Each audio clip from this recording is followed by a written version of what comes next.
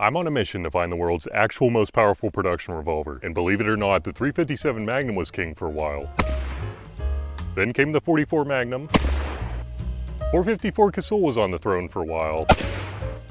And finally, the 500 Smith & Wesson. Or so we thought. This is the 4570, and this is a Magnum Research BFR chambered in the 4570, which I believe to be the world's actual most powerful production revolver. Let me show you why. But Banana, I looked at every standard 4570 load, and none of them come close to the 500 or even the 460. True, but my question to you is, who said anything about standard 4570 loads? Enter Underwood's 430 grain hard cast plus P offering that produces over 3,500 foot-pounds of muzzle energy, at least out of a rifle. I'll show you the chronograph later, but the question is, why would you possibly need this much power? One reason.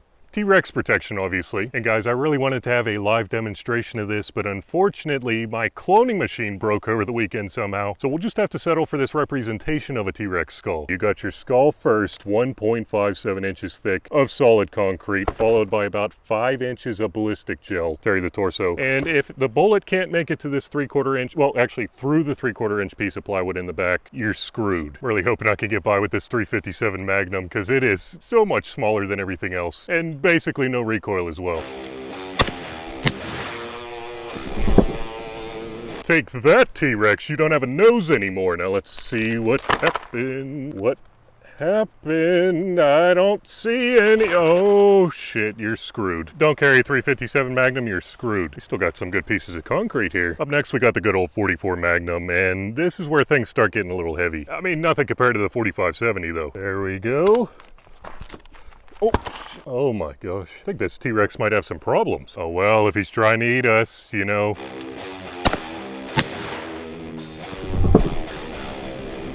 How do you feel without, what would that be, the left nostril? Without the left nostril, T-Rex. Let's see what happened, though. Let us see. Okay, I see a little bit more damage here. Terry, no spoilers. Let's see.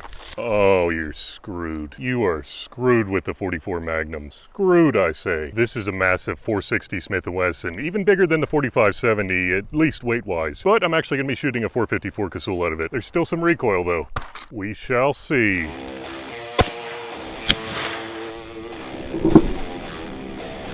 I guess even if it doesn't bring them down, at least they won't be able to breathe, because I am smashing these noses. Let's see what happened, though. Maybe. Terry, no spoilers again. Oh, no spoilers. Oh, you are screwed. 454 Casull, you are screwed. I don't know about you, but I don't really like how those trees are bending in the wind. I guess they've been there for a while, though. And this is supposedly the most powerful production revolver in the world, the 500 Smith & Wesson. This is a 7.5 inch barrel, just like the 4570. Pretty much the same weight as well. And this is my T-Rex splatter shield. You want a piece of 500 Smith & Wesson, huh?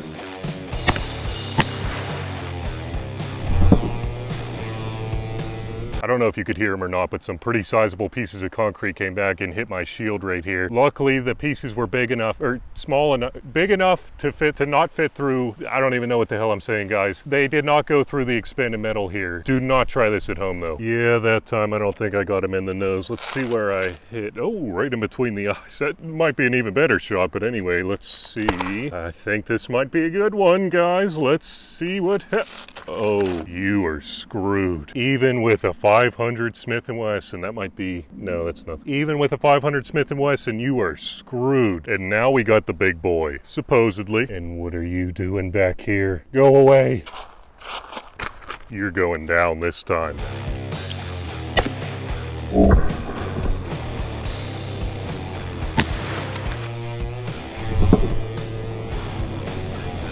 Almost forgot to tell you, I got this giant mosquito bite right on my forehead earlier this morning. Perfect for filming, but anyway. Is anybody else's hands throbbing? Just me, what? Not gonna lie, T-Rex, your face has definitely seen better days. I'm pretty sure I hit you right, yeah, right around the nose or right under it. And I think I actually see a new hole in Terry. Dun, dun, dun.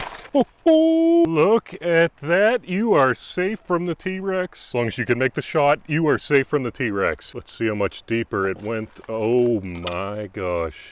Well, no, never mind. Okay, here's the hard cast right here. It is still kind of warm, but it did not go into the railroad tie. Saved you from the T-Rex though. But Banana, my wife won't let me buy a gun for something that doesn't exist. Sounds like it's time to get a new wife. No, I'm just kidding. But really though, here's what I'd say. But honey, what about those mammoths they're supposedly bringing back? What if they have a genetic mutation that makes them blood hungry for humans? I mean, that's a real threat, right? And guys, I was this close to having live specimens before my cloning machine broke, so we'll just have to assume that blood-hungry mammoth bodies are equal to about 32 inches in ballistic gel. That's all I could come up with. Now, I know what you're thinking. What about the hide? Through very thorough research, I think I found it. Mammoth hide is equal to 4 pieces of dense cardboard, and in between each of those pieces is a used microfiber towel, followed by a piece of foam, 3/8 of an inch thick to be exact, and then wrapped in a whole roll of fiberglass reinforced tape. That has to be it. Oh, and by the way, this is the banana card in case you haven't seen it already. It has wheels. It's made of steel. It has measuring lines, and it even tilts, which I would show you if it didn't have 130 pounds of ballistic gel on it. And there it is, tilted. I think it's about time for the 357 Magnum again. Remember, if it doesn't go through both blocks entirely, the Mammoth gets to take advantage of you or do whatever it wants, basically. As you can see, many have tried with 22 bullets and none succeeded. They were all taken advantage of.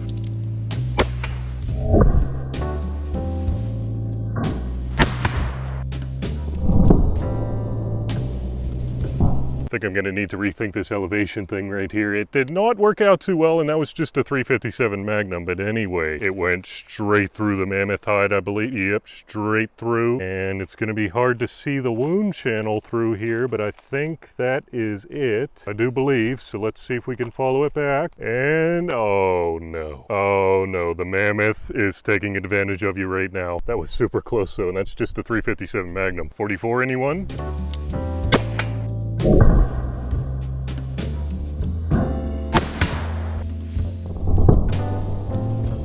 You know what I was just thinking is that I'll just flip them from side to side. That way the things are the other direction and then it can't push it off. Let me know what you guys think though. But let's check out that mammoth hide. I think I see a little bit of green coming out of there. I guess that's one of the used microfiber towels. You can actually see a streak of green through the block here. See that down in there? Okay, so we can still see a little bit of green. Let's see if it carries on. Carries on through the block, I guess. Or through both blocks, I guess. Looks like you get to see another day. I mean, if the 44 can do it, are you really going to make me shoot all the other ones? Okay, fine, I'll do it.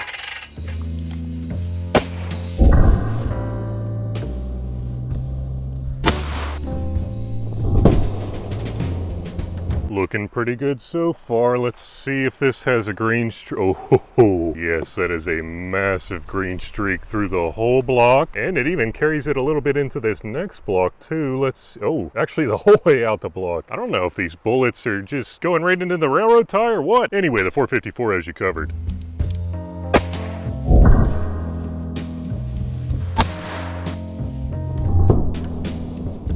Dang it, I knew those wouldn't be heavy duty enough. Oh well, starting to think this hide isn't super tough, but it went straight through. Let's see, okay, another green line as expected, and it went the entire way through the block. No surprises there. Or the entire way through both blocks. You are good with the 500. You know what, I'm starting to think that it's a bad idea shooting through that mammoth hide. I'm not gonna be able to clean up those ballistic gel blocks with all the fluff that ends up in there. So I probably shouldn't shoot the 4570, you know. What, you want me to? Oh, okay, fine. And real quick, a big thanks to Midway USA for providing the gel blocks for another test. But guys, if you're needing any clear ballistic gel products, I would definitely recommend checking out Midway USA. They have just about anything you could possibly need, and I really appreciate them for supporting the channel. Pray for me.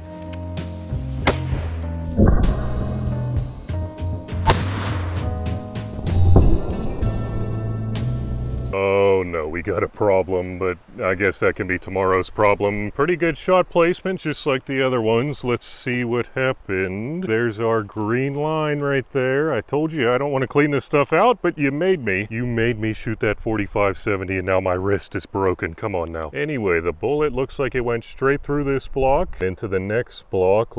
Oh shit. Oh shit. Guys, I think we have a problem. Actually, what I meant to say is that it's my problem because you guys don't have to fix this, but anyway. Oh Oh, it glanced on my brand new tabletop here. I guess that just adds some more character, but hopefully, I mean, that would take out some of the bullets. Let's see if the bullet's anywhere around here. So, I don't know. Let's just look on the ground, I guess. Ooh, there is that hard cast bullet right there. Looks like it's missing the gas check, though. Whatever hit into that, I'm sure it wasn't a piece of wood. Maybe it was a railroad tire or whatever. That absolutely deformed the hell out of the nose. And you know what I just realized is that I think that one actually pushed all these blocks back. It was sitting, I think, at this line right here. That or they just shifted and I didn't notice. Anyway, that was so much force that this 22 bullet that was about at the top of the block got blown out a little. Freaking nuts. Anyway, I'd say you should be good for mammoths. But Banana, my wife... Hog hunting, is that a good enough reason for your wife?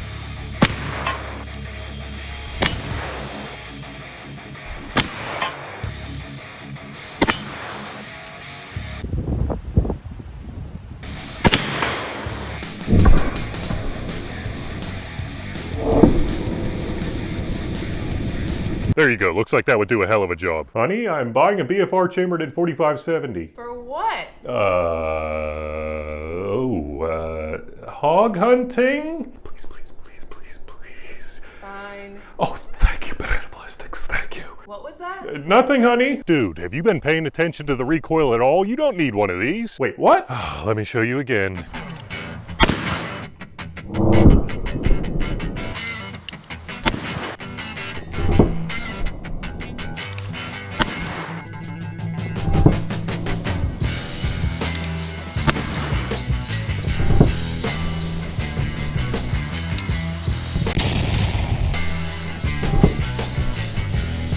Doesn't help that I can't really fit my pinky on this older model. Oh, and I almost forgot to show you that chronograph reading from before. Let's check out that 430 grain hard cast I mentioned.